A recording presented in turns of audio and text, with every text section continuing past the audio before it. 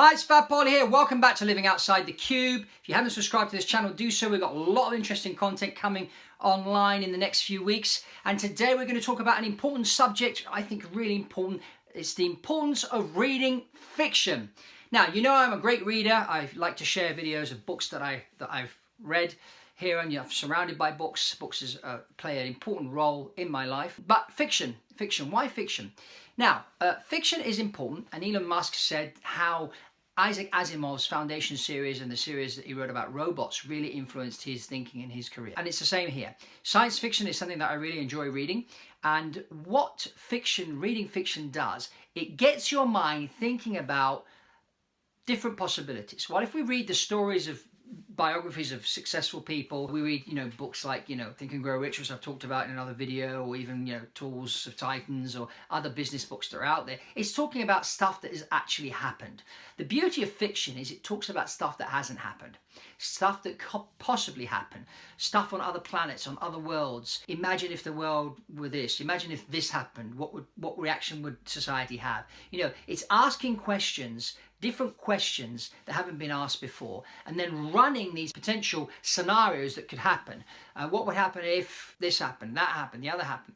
So I read some really interesting books over the years to do with fiction, from books talking about nuclear catastrophe or adventures in the jungle, to sci-fi series going on. In fact, I'm just reading a series now of written by different indie sci-fi writers, and there's some really good ones out there right now.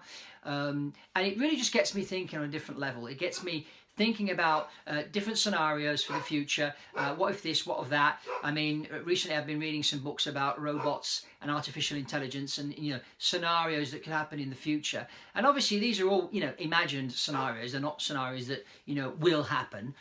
It's this could happen, or if this were to happen and it were to go in this way, what kind of reaction would happen? I remember reading a book about a couple of years ago, and it was all about an EMP strike in America. And so the EMP strike happened, and then suddenly all the cars on this highway stopped, and everybody was getting out of their cars, and they didn't know what was going on. And then the whole story unraveled over the course of a few weeks. And it was interesting to see the types of problems that these people in the book were facing as a result of this EMP strike. And it made me think, what would I do if suddenly an EMP would suddenly strike now? What would happen? I mean, do we have enough food? Would the car work? What else wouldn't function?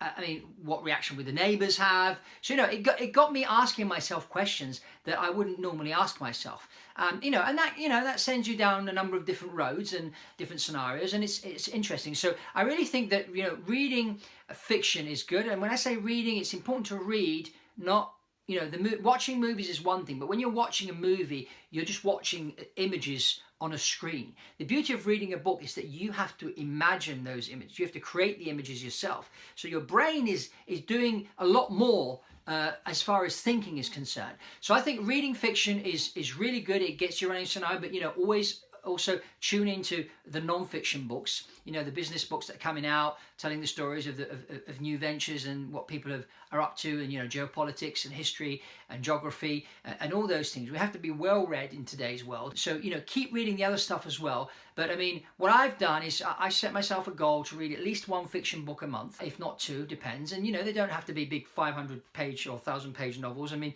there's all sorts of stuff out there today, and you can read on your Kindle, you can read on your iPad, you can read physical books, whatever it may be. But set yourself that goal to read some fiction books, and share below any maybe fiction books that you've read recently that you'd like to share what you've learned and how it's helped you with your everyday life. Because that's the thing. I mean, what stories can we pull out of the fiction books that we've read? I mean, I remember one author I read a lot when I was growing up was Enid Blyton. She wrote children's books, over 800 books, some very interesting stuff, and my kids are reading a lot of Enid Blyton stuff at the moment. Most of it is like fantasy and mystery, and again, it gets you thinking a different level. And then I've read all the Isaac Asimov and a number of other books that I've read and I'm reading right now. So let's get into fiction. Share below what you've been reading, what you've learned, and that's all from Fab Polly. If you haven't subscribed to this channel, share, and also post below your comments, and I'll see you on the next one.